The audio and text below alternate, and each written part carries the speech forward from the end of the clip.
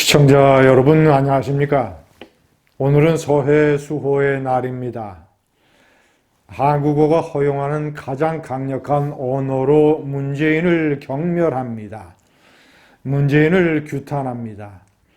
동시에 저는 서해 수호의 용사 55인에게도 문재인을 최대한 경멸하라고 주문하고 싶습니다. 문재인이 가지고 있는 가장 비겁한 인간적인 어두운 면, 화장실 들어갈 때와 나올 때가 다른 것, 자신이 조금이라도 뭔가 아쉬운 게 있으면 그동안의 입장을 표현을 해버리는 이런 경박성. 시청자 여러분, 문재인이가 노무현이 대통령으로 취임을 해서 청와대의 민정수석이 됐을 때 제가 중앙일보 논설위원으로 있었는데 신문사의 선배가 편집국장 출신 선배가 문재인 민정수석과 저녁을 먹은 소감을 얘기를 해준 적이 있습니다. 한마디로 쪼다라는 것입니다. 세상을 보는 눈이 너무나도 근시안이다, 갑갑하다, 순진하다, 쪼다다. 대통령의 민정수석 1급 참모라면 전후 좌우 동서남북을 종합적으로 봐야 되는데 완전히 지금 그대로 보이는 모습 그대로가 그때 신문사 선배의 눈에 들어왔던 것입니다. 오늘 서해 수호의 날 기념식에서 윤석열 대통령이 용사 55인의 이름을 다 불렀습니다. 약간 감정에 격한 듯 그런 젖은 목소리도 있었습니다. 시청자 여러분, 제가 문재인을 인간적으로 경멸하게 된 가장 중요한 계기 천안함 폭침이 터졌을 때 신문사 중앙일보 논설위원으로 있을 때 저는 일주일 만에 칼럼을 썼습니다. 저것은 여러 가지 상황으로 봤을 때 북한 잠수함 부대의 소행이 틀림없다. 빨리 그 어뢰 파편을 찾아서 증거물을 건져야 된다. 이런 식의 칼럼을 썼었습니다. 수심이 얕고, 돌투성이고, 조류가 강하고, 이러지만 이런 것들은 북한 잠수함 부대가 동해, 서해, 남해를 누빈 전력으로 비춰보면 아무것도 아니다. 그리고 함정이 허리 꺾기 식으로 두 동강이 난 것은 틀림없는 어뢰 공격이다.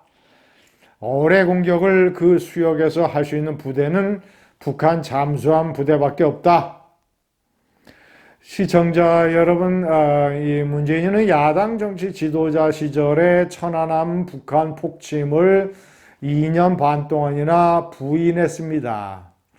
부정했습니다. 그러다가 슬그머니 대통령 선거가 다가오니까 중도 보수표를 얻기 위해서 슬그머니 입장을 바꿔서 인정을 했습니다. 제가 이런 걸 아주 제일 경멸하는 것입니다. 그리고 대통령이 돼서는 5년 임기 동안에 5번 참석을 해야 되는데 3번이나 불참을 했습니다. 첫 번째는 외국 방문이라고 해서 할 수 없다고 치더라도 두 번째는 일부러 대구의 로봇 산업 전시회를 보러 간다고 하는 핑계를 대면서 서해 수호의 날 기념식을 참석하지 아니하고 대구의 변두리의 칠성시장에 가서 당원들을 동원을 해서 무슨 행사 같지도 않은 행사를 갖고 그때 청와대 경호원이 기관단총이 옷 밖으로 삐져나와서 세상에 노출되는 그런 해프닝도 있었습니다. 그러다가 세 번째 2020년 4월 국회의원 총선이 다가오니까 앞두고 또 슬그머니 참석을 했습니다. 이때 이 민평기 상사의 어머니 윤청자 여사가 사실상 문재인 대통령 부부를 야단쳤었죠. 천안함이 북한 소행이냐 이렇게 천안함은 누구의 소행이냐 분명히 밝혀달라. 그런 윤청자 여사를 김정숙 여사가 째려보는 그런 표정도 있었습니다. 윤청주 여사는 보상금 1억 원, 아들의 목숨 값 1억 원으로 기관단총 18정을 구입을 해서 해군에 기증을 했습니다. 하늘 아래 윤청자 여사 같은 사람이 있는가 하면 2년 반 동안 부인에다가 선거를 앞두고 슬그머니 시인을 하고 또 대통령이 돼서는 선거가 있는 2020년 그 이듬해 2017년 4.7 재보선을 앞두고 또 슬그머니 기념식에 참석을 하는 꼼수를 부리다가 대통령 퇴임을 앞두고 반드시 정작 참석을 해야 된 2022년에는 또 불참을 했습니다. 시청자 여러분, 그뿐만이 아닙니다. 북한 소행 가능성을 아주 낮게 보고 사실상 무시했던 송영무 해군 참모총장이 해군의 경험도 없고 제가 군대는 육군 병장으로 제대를 했습니다만은 해군의 경력도 없는 제가 일주일 만에 칼럼을 써서 북한 소행이라고 단정을 했던 그 문제를 해군 참모총장 출신이라고 하는 송영무가 그 지역은 수심이 낮고 조류가 빠르고 그래서 북한 잠수함들이 활동하기가 대단히 어렵다는 식으로 단정해서는 안 된다는 식으로 사실상 북한 소행 가능성을 무시하다시피 한 송영무를 초대 국방장관으로 앉힌 문재인. 그래서 그런 송영무가 사실상 판문점 선언의 부속 군사 합의서로 국가 안보를 북한에 팔아먹었습니다. 시청자 여러분, 윤석열 대통령은 군대를 다녀오지 않았습니다. 시력 때문이죠. 그런 윤석열 대통령도 천안함 기념식에 참석을 해서 서해 소해날 추념식에 참석을 해서 눈물 젖은 목소리로 용사 55인의 이름을 부르는데 끌려갔건 본인이 자발적으로 갔건 대한민국의 공수부대 출신이라고 하는 문재인이라는 작자는 제가 말씀드린 대로 천안함을 그런 식으로 농단을 하고 천안함 용사 55인의 가슴에 대못을 박았습니다. 민평기 상사의 어머니 윤청자 여사의 심장에 죽을 때까지 빼낼 수 없는 철못을 박았습니다.